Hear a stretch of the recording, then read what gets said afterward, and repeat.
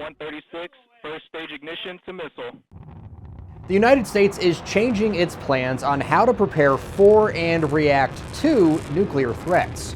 The New York Times is reporting President Biden approved updating the country's highly classified nuclear employment guidance. This is if there is a nuclear conflict or if we are escalating towards a nuclear conflict.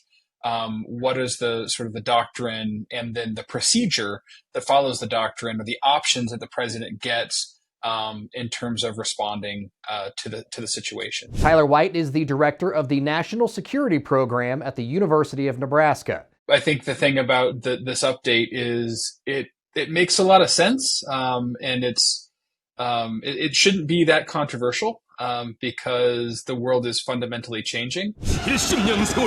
Changes like a trio of nuclear-armed nations, Russia, China, and North Korea, cooperating in ways they never really have before.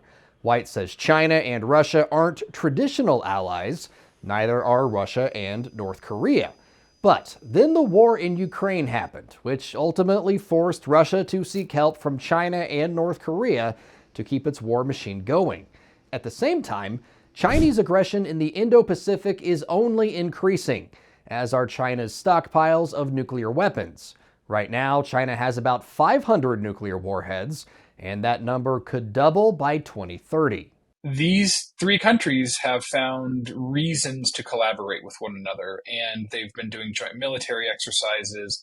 And so if you're a nuclear war planner, or if you're the president of the United States and you sit somewhere inside that national command authority, you need to start thinking about, well, how do I not just deter each of these actors individually, but how do I deter them as a group if they're going to, coordinate a potential attack? White says no one paying attention to world events over the last decade should be surprised the U.S. is adapting its nuclear strategy. After all, the U.S. is well underway adapting pretty much every other part of its nuclear deterrence infrastructure. And I also think it comes at this really important time in which we're transitioning out a lot of our legacy nuclear forces, and we're moving into a new era with the B-21 and new ICBM and the Ohio replacement and all of those different kinds of things. So I think there's a lot of transition going on right now. I think a lot of it is necessary. And I think this document, maybe as you say, is kind of a codification of where we've been going. If you want to hear more from Tyler White about U.S. nuclear strategy, as well as what the U.S. response might be if Russia uses nukes in Ukraine, download the Straight Arrow News app today or log on to SAN.com.